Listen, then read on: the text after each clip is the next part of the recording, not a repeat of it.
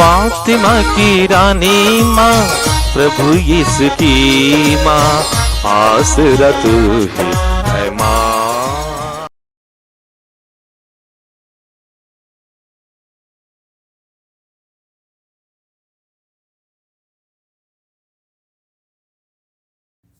पहला पाठ नबी होशैया का ग्रंथ, अध्याय 6, पद संख्याएं 1 से 6 तक। मैं बलिदान की अपेक्षा प्रेम चाहता हूँ। आओ हम प्रभु के पास लौटें। उसने हमको घायल किया, वही हमें चंगा करेगा। उसने हमको मारा है, वही हमारे घावों पर पट्टी बांधेगा। वह हमें 2 दिन बाद जिलाएगा, तीसरे दिन वह हमें उठाएगा और हम उसके सामने जीवित रहेंगे।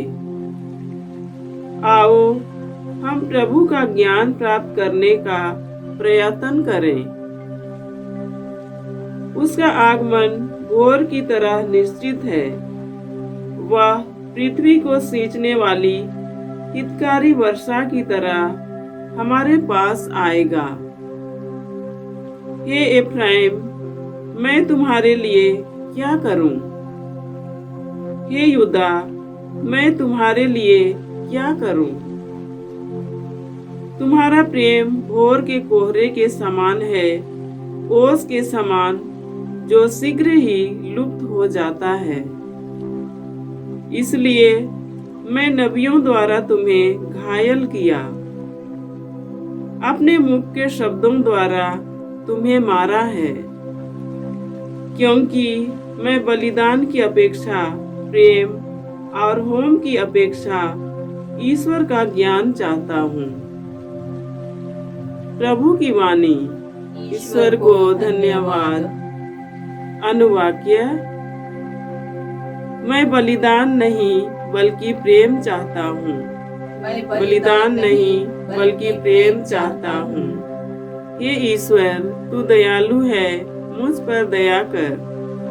तू दया सागर है, मेरा अपराध क्षमा कर। मेरी दुष्टता पूर्ण रूप से धो डाल, मुझ पापी को शुद्ध कर। अनुवाक्य। मैं बलिदान नहीं बल्कि प्रेम चाहता हूँ। बलिदान नहीं बल्कि प्रेम चाहता हूँ। तू बलिदान से प्रसन्न नहीं होता। यदि मैं होम चढ़ाता तो तू उसे स्वीकार नहीं करता। मेरा पश्चाताप ही मेरा बलिदान होगा। अनुवाक्य। मैं बलिदान नहीं बल्कि प्रेम चाहता हूँ। बलिदान नहीं बल्कि प्रेम चाहता हूँ। हे प्रभु, सियोन पर दया दृष्टि कर। तू यरूशलेम की 4 दीवारी फिर बनवा। तब तू योग्य बलिदान, होम तथा पुर्णाहुति स्वीकार करेगा। अनुवाक्य। मैं बलिदान नहीं बल्कि प्रेम चाहता हूँ। मैं बलिदान नहीं बल्कि प्रेम चाहता हूँ। जय घोष। अपना हृदय कठोर न बनाओ, प्रभु की वाणी पर ध्यान दो। प्रभु आप लोगों के साथ हो और आपकी आत्मा के साथ। संत लूकस के अनुसार प्रभु यीशु ख्रिस्त का पवित्र सुसमाचार। हे प्रभु, तेरी महिमा हो। अध्याय 8, पद संख्याएं 9 से 14। कुछ लोग बड़े आत्मविश्वास के साथ अपने को धर्मी मानते और दूसरों को तुच्छ समझते थे। यीशु ने ऐसे लोगों के लिए यह दृष्टांत सुनाया। 2 मनुष्य प्रार्थना करने के लिए मंदिर गए। एक फरीसी और दूसरा नाकेदार। फरीसी तनकर खड़ा हो गया और मन ही मन इस प्रकार प्रार्थना करने लगा, हे ईश्वर, मैं तुझे धन्यवाद देता हूं कि मैं दूसरे लोगों की तरह लोभी, अन्यायी व विचारणी नहीं हूं, न इस नाकेदार की तरह ही। मैं सप्ताह में 2 बार उपवास करता हूं और अपनी सारी आय का 10वांश चुका देता हूं। नाकेदार कुछ दूरी पर खड़ा रहा। उसे स्वर्ग की ओर आंखें उठाने तक का साहस नहीं हो रहा था। वह अपनी छाती पीट पीट कर यह कह रहा था, हे ईश्वर, मुझ पापी पर दया कर। मैं तुझसे कहता हूं, वह नहीं बल्कि यही पाप मुक्त होकर अपने घर गया, क्योंकि जो अपने को बड़ा मानता है वह छोटा बनाया जाएगा, परंतु जो अपने को छोटा मानता है वह बड़ा बनाया जाएगा। यह प्रभु का सुसमाचार है। हे क्रिस्त तेरी स्तुति हो। क्रिस्त में प्यारे भाइयों और बहनों, प्रभु यीशु कहते हैं, मैं बलिदान नहीं, दया चाहता हूं। मैं धर्मियों को नहीं, पापियों को बुलाने आया हूं। और जो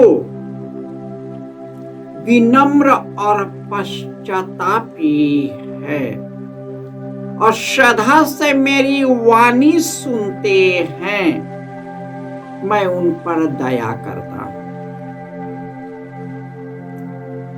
और आज के पहले पाठ में ईश्वर अपने लोगों को आग्रह करता है कि तुम मेरे पास लौट आओ। उसने तुम्हें घायल किया है तो वही चंगा किया है। उसने हमें मारा है तो वही हमारे घाव पर पट्टी बांधेगा, क्योंकि हमने ईश्वर की वाणी का विद्रोह किया, उनके राह पर नहीं चला, उसकी बात नहीं मानी और हम शैतान के फंदे में फंस गए। और वह शैतान जब तक विनाश नहीं करता तब तक हमें छोड़ता नहीं। कई लोग हम में से धर्मी कहलाना चाहते हैं,